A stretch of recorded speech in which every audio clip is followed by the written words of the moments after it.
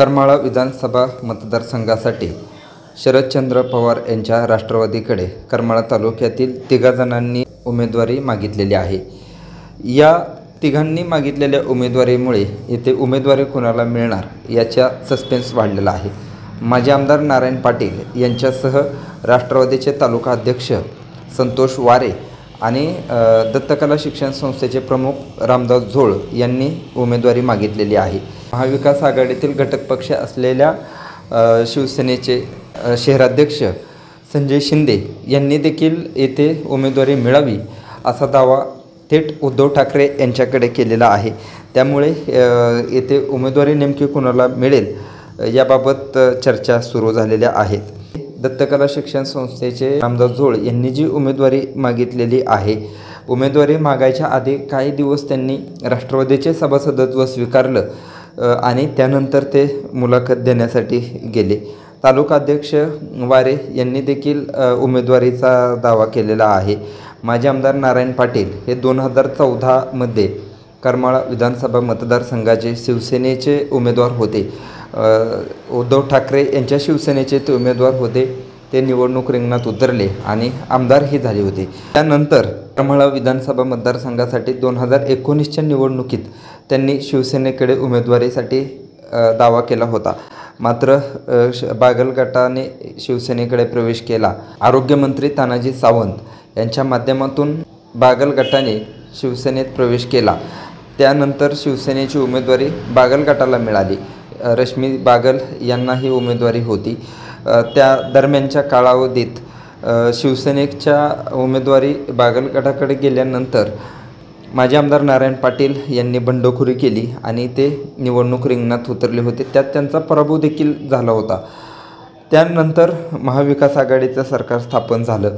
सरकार स्थापन झाल्यानंतर माजी आमदार नारायण पाटील यांना जिल्हा नियोजन समितीचं सदस्यत्व दिलं होतं। जिल्हा नियोजन समितीचे सदस्य देखील होते।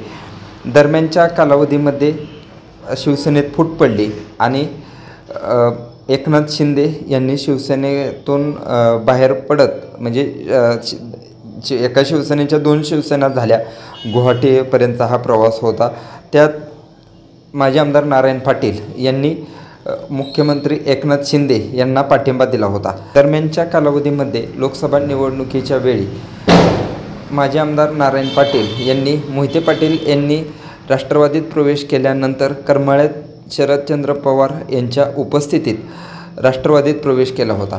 तेव्हापासून येथील उमेदवारी माजी आमदार नारायण पाटील यांनाच दिली जाईल अशी शक्यता वर्तवली जात होती आणि ती उमेदवारी मिळेल ही, का तर इथे तुल्यबळ उमेदवार दुसरा कोणी नाही, त्यामुळे त्यांना उमेदवार मिळेल यात कुठलीही शंका वाटत नाही। मात्र काल ज्या उमेदवारासाठी मुलाखती देण्यात आलेल्या आहेत, राष्ट्रवादीचे तालुका अध्यक्ष संतोष वारे यांनी काही दिवसापूर्वी जर आबांना उमेदवारी मिळणार असेल तर आपण मागे राहणार असल्याचं सांगितलं होतं। राष्ट्रवादीचे प्रदेशाध्यक्ष जयंत पाटील यांच्या उपस्थितीत सोलापुरात एक बैठक झाली होती। त्या बैठकीत त्यांनी आपली माघार असल्याचं सांगितलं होतं। मात्र आत्ता त्यांनी उमेदवारीसाठी दावा केलेला आहे आणि त्यांनी मुलाखत देखील दिलेली आहे।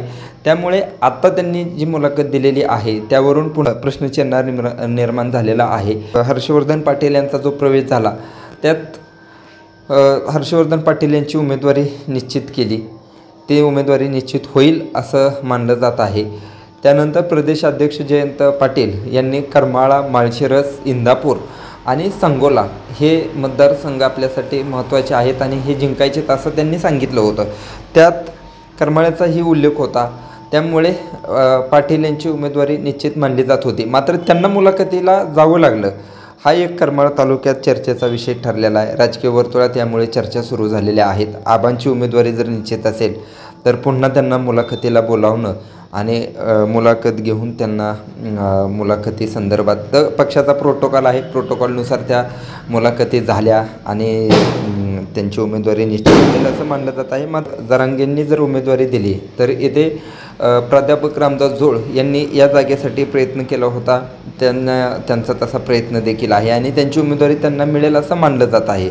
त्यातच त्यांनी पुन्हा तिसरी आघाडीकडून जर छत्रपती संभाजीराजे असतील किंवा स्वाभिमानीचे राजू शेट्टी असतील यांनी जी तिसरी आघाडी केलेली आहे, तिसऱ्या आघाडीकडून जर उमेदवारी दिली तर जोळसर यांना उमेदवारी दिली जाऊ शकते असंही मानलं जातं. त्यातच पुन्हा त्यांनी राष्ट्रवादीकडून देखील उमेदवारीसाठी सभासदत्व स्वीकारलं आणि उमेदवारीसाठी दावा केला, मुलाखत दिलेली आहे. त्यामुळे ते देखील इच्छुक आहेत. संतोष वारे त्यांचा जर आपल्याला इतिहास माहिती, ते सुरुवातीपासून राष्ट्रवादीचं काम करत आहेत. पडत्या काळात ते राष्ट्रवादीकडे राहिले आणि त्यांनी पुन्हा आता दावा केलेला आहे. त्यामुळे नेमकं उमेदवारी इथली कुणाला जाईल हा प्रश्न निर्माण होत आहे. शिवसेनेचे ठाकरे गटाचे शहराध्यक्ष संजय शिंदे यांनी देखील उमेदवारीसाठी येथील दावा केलेला आहे. शिवसेनेच्या बैठकीत त्यांनी आपल्या 1990पासून आपण येथील करमाळ्याची जागा लढत आहोत आणि ही जागा आपण लढणार आहोत असं सांगितलं आहे. या जागेसाठी त्यांनी उद्धव ठाकरे यांच्याशी देखील संवाद साधला आहे असं सांगितलं जात आहे. ही जागा आम्ही कुठल्याही परिस्थितीत सोडणार नाहीत, मात्र शेवट जागा निवडून येणं महत्त्वाचं आहे.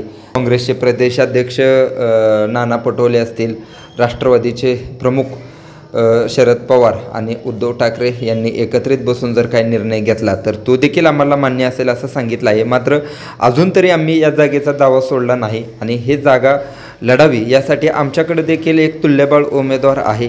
त्याचं नाव त्यांनी सांगितलेलं नाही. हे नाव नेमकं कोण असेल आणि हे सांगत असताना येथील तुल्यबळ उमेदवार म्हटल्यामुळे नेमकं कोण असेल यामुळे उत्सुकता वाढलेली आहे आणि ह्या जागेचा आम्ही दावा सोडणार नाही असंही ते सांगत आहेत. त्यामुळे येथील उमेदवारी कोणाला मिळेल हे पाहावं लागणार आहे. येथील उमेदवारी कोणाला मिळेल त्यानुसार येथील बऱ्याच तर्कवितर्क लावले जात आहेत.